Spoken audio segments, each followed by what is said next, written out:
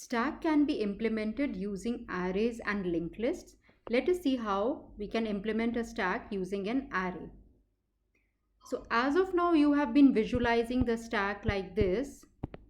But if you rotate this 90 degrees, you can visualize it like an array. We know that the indices of the array start from 0.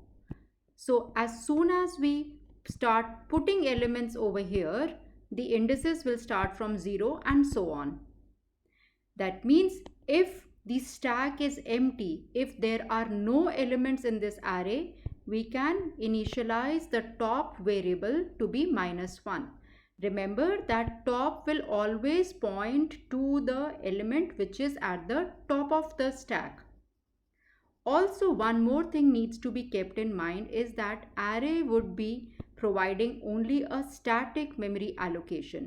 So if we define or declare an array like this, int stack 6, like if you see over here, this stack can have only 6 elements. So this is static memory allocation. We cannot put more elements into an array. We cannot put more than 6 elements or whatever is the number that is defined over here. As and when we will put elements in the array, our top will always point to the top of the stack. That means the element which is at the rightmost side of the array would be the top of the stack. So you can think of the top of the stack as this in the vertical representation and as this in the horizontal representation.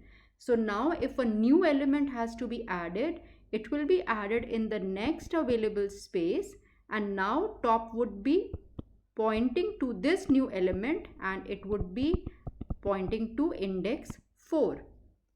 So in this case, this is the way we can implement a stack using an array, and always the top variable which will be pointing to the index of the topmost element or the rightmost element of the array.